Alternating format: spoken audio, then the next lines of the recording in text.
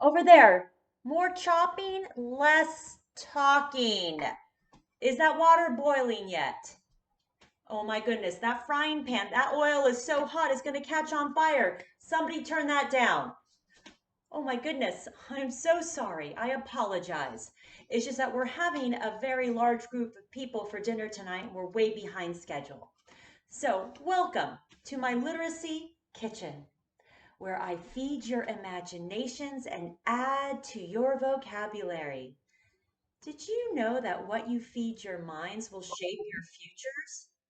Well, I just want you to have the healthiest literacy appetite possible and to really hunger for books. So, hello, my name is Chef Carrie, but some of you may know me as Miss Carrie, the red book bag lady. Let me go ahead and put this soup back on the stove. There we go. I'm going to turn it down to a simmer. So, whether you know what the red book bag is or don't, it is a red bag full of books that normally would go home with each and every student every week so they can practice being readers and share books with their families. But this year it's going to be a little different. Because of the virus that's going around, I thought, why don't we give the red book bags a rest? Because I want each and every one of you to stay safe, healthy, and happy.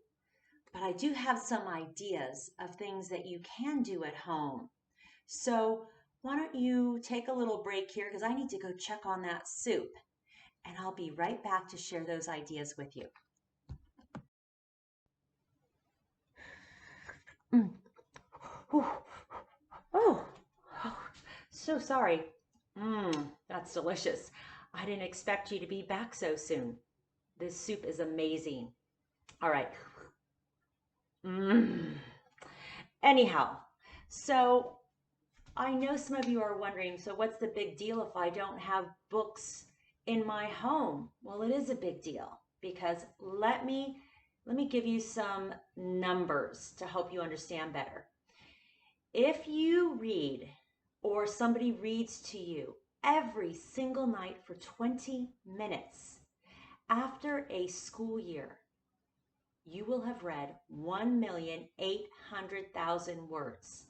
That's just 20 minutes a night during the school year. Imagine if you read the next school year for 20 minutes a night, and the next school year, and the next, how many words you will have read. So, why is that so important, you ask? Well, number one, when you read books or books are read to you, you learn new words. So your vocabulary increases, which helps you be a better communicator. It also helps you become a better writer because you have more to say and clearly, and you have more to write about. Next is when you practice reading or someone is reading to you, role modeling how to read, you you better your fluency, which means you're able to read without getting stuck on every word. And when you can do that, when you can read with fluency, that's when reading becomes a ton of fun. And then lastly, whatever you read, you're always learning something new, which you store in here. It's called background knowledge. And background knowledge is essential. It is super important for understanding, for comprehension. So now you can see why reading is so important and why books, having books in your homes are so important. So whether you're in your classroom now or you go back into your classroom, even though you can't take your red book bags home, I'm going to let you use the books in the classroom. Okay? That way you'll have a lot more books to share and to read. Now, I bet you're wondering, what are all these ideas that I have for you and your families? Okay, so some of you may remember me as Little Red Reading Hood, or in Spanish, Caperucita Roja Lectora. Here's the red cape. Does that bring back memories? So I will be doing story times on Facebook and on YouTube, so your parents and teachers can look for me and download my story times, and you can watch them in the comfort of your own home. A lot of them are in Spanish. There are some in English. The next idea I have is this. I will be posting STEM activities every Tuesday.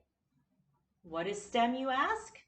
STEM is an acronym, not a word, an acronym, which means that all the letters that are together, each letter means something specific. Let me show you. STEM, S, science. Okay, the next letter is the letter T for technology. Next letter, the letter E for engineering. And the last letter, M for math. So these are STEM activities that have to do with science, technology, engineering, and math.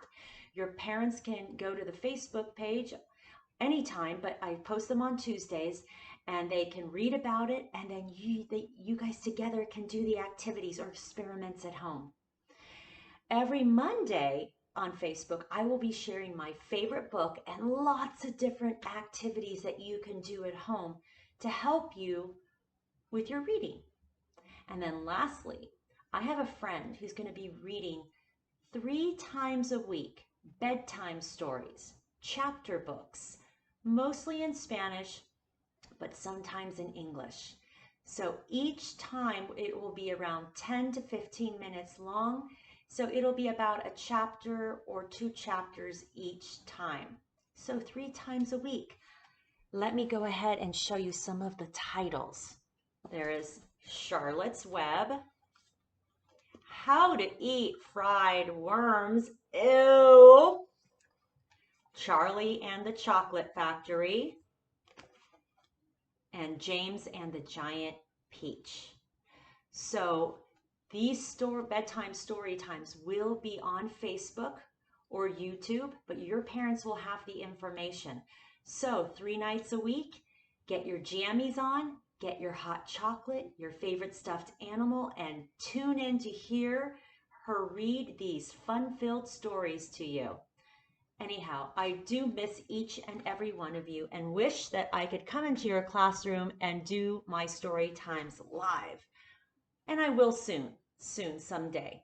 But for now, it's goodbye, goodbye, everyone. I sure hope you had some fun. Tomorrow is another day. You will laugh, sing, and play. Goodbye, goodbye, everyone. I sure hope you had some fun. All right, boys and girls, buon appetito! Until we see each other again.